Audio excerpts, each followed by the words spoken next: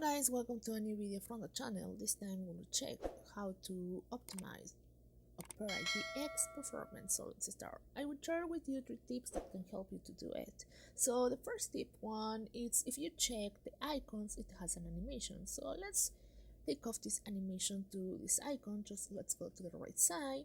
Let's go to the 3 lines and then let's go down and then we find the option that says animation. Okay, in my case this is in Spanish, but in English is animation. You can find here and you can see that there is an option that says none. So just press the none one and you will see the animation will be disappear.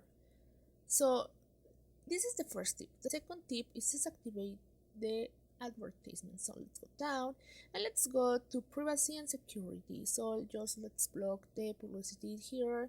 So just press this one and you will activate this block. Okay, so the last one tip is just go to the settings and then so let's try system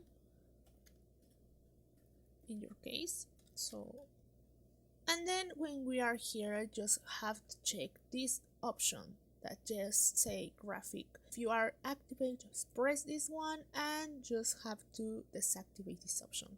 This way your Opera browser will work better. So guys, I hope this works for you. Thank you for watching. Remember to subscribe and give a like to this video.